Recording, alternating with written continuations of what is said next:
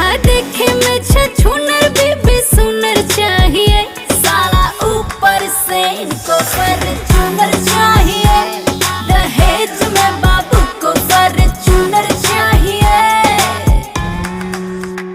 अरे खुद अंगूठा छाप बीबी में हुनर चाहिए, खुद ही है गवार बीबी में हुनर चाहिए, साला ऊपर से इनको फॉर्च्यूनर चाहिए, दहेज में बाबू को फॉर्च्यूनर चाहिए।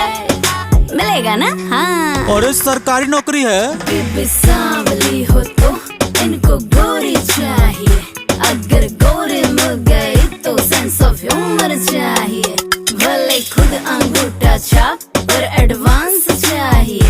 अब खुद फेल हो मैट्रिक में पर बीबी चाहिए। देख रहे हो है पकड़े से कौन फेल है?